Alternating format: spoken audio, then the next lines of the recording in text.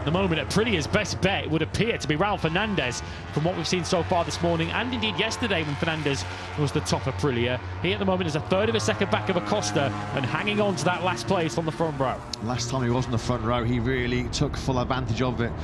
Round one feels like a long time ago now, doesn't it, right at the beginning of March? Raul Fernandez, third on the grid in Thailand. Third he was then in the sprint, and third in the main Grand Prix.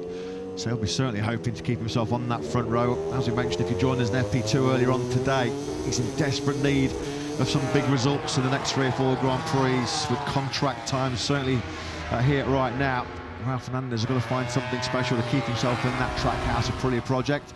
Zarco leads a bit of a freight train. Here we go then through the right-hander of turn 9. Yes, I've got to look over his left shoulder, and he'll see half of this Q2 entry list right behind him. I find it quite interesting that Gian Antonio has put himself right on the rear tyre of Alex Marquez. Is that a sign of who he thinks he needs to be behind, who he needs to get a reference from on this lap? Raul Fernandez quite happy to do his work all on his own, and he's now into the heart of the first corner, and nobody wants to lead this train onto the main straight, do they? Yeah, Zarco was at the front of it, and he said, no, I'm not going to be the guinea pig here. Someone's got to go. Somebody's going to have to go, definitely, yeah. Yellow flags are out in sector 1. Oh, it's Bezzecchi. It's the World Championship leader, Marco Bezzecchi, then at best will be starting the Catalan sprint and the Catalan Grand Prix tomorrow in 8th place. This looks like a big one for Bezzecchi. You know a rider is hurt when they don't get quickly to their feet, losing the front through the turn 2 left-hander. How many times have we seen riders go down now? Unfortunately, we cut away from that replay just to see the severity of the barrel roll through the gravel trap there for Bez.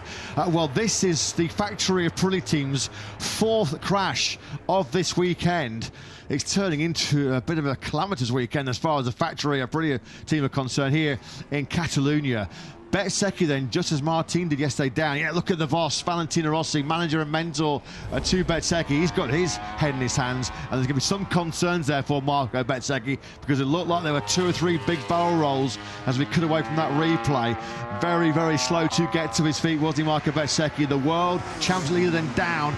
Was he said? Yeah, he was the 9th. I mean, at best it was going to be 8th. He's already lost 1 place. He could be on the 4th. Both factory Aprilias, the top 2 in the World Championship, might be starting on the 4th row of the grid here. And with that massive group who were playing after you, Claude, into the final sector, they of course then hit the yellows because Bezzecchi went down at the other end of the main straight. So their laps that they were all trying to build up and prepare for and lose front tyre temperature for were all completely scrapped. So 2.5 minutes then remain in this session as Jack Miller now drops out of it and tries to get to the back of this train. Alex Marquez has now got his head down and got a bit of space, so he's now trying to get on with this. Next up behind him looks like Martin on the factory Aprilia, who's suddenly been handed a bit of a gilt-edged opportunity to out-qualify his teammate today. Last time Bezzecchi was going to be this far down on the grid was at the Malaysian Grand Prix in Sepang last October when he was 14th. That was the last Grand Prix where Bezzecchi did not finish either first or second on a Sunday afternoon. It's still advantage Acosta in terms of the pole fight here in Barcelona. There is Acosta in the middle of your picture on the 37 factory KTM. He's got Martin for close company. Yellow flags now have been cleared. Marco Bezzecchi, stricken factory Aprilia cleared away from the danger zone. So now Martin, he's picked a pretty decent slot here, hasn't he? Get tucked in behind Pedro Acosta on course for pole here.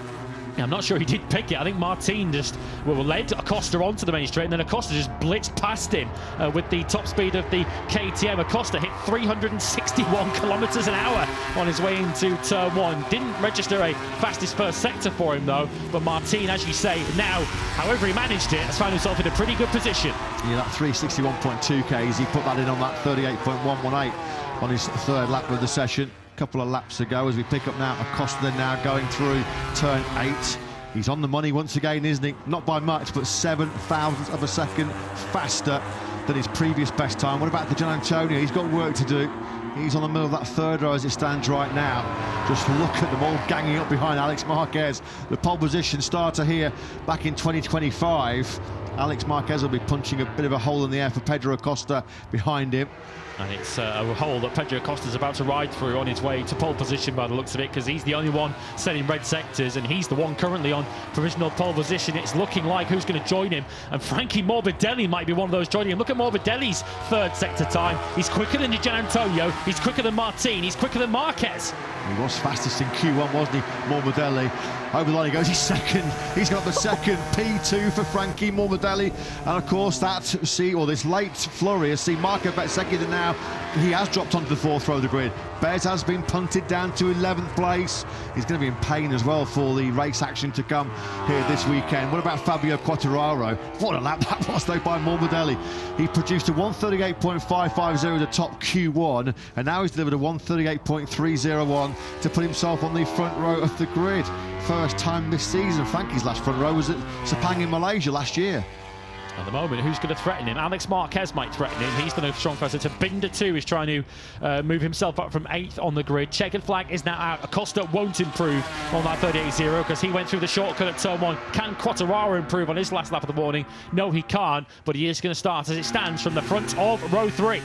Talked about that big hole that Alex Marquez was going to punch ahead, hole in the air ahead of Pedro Acosta. Acosta behind Alex Marquez did 363.6 kilometers an hour down the start finish straight. I mean, that's not a million miles behind KTM's all-time top speed record, which sits at 366.1 kilometers an hour, 227.4 miles an hour in Mugello. Alex Marquez, it looks like he's gone away in terms of back-to-back pole positions here in Barcelona for the Gresini racing rider, Jack Miller. Jack Miller's on a good lap. This could be actually putting Marco Bezzecchi to last place in this Q2 session. Alex Marquez then out of the final corner. Has he got anything late on? No, Alex Better will be on the front row third. I think he'll take that. Job done as far as he goes. Yeah, Miller does take 11th place from Marco Bezzecchi. So it's flipped around. In terms of the factory Aprilia riders, it's Martin ahead of Bezzecchi. Not that either of them are anywhere close to the front of the grid.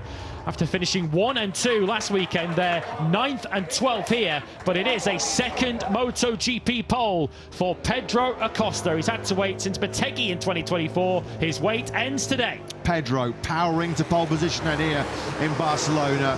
588 days since his last pole position in the Motegi Mountains. Well, he's got the fastest motorcycle in terms of top speed here in Barcelona, and with a top talent twisting the throttle as well. Pedro Acosta, untouchable in that session.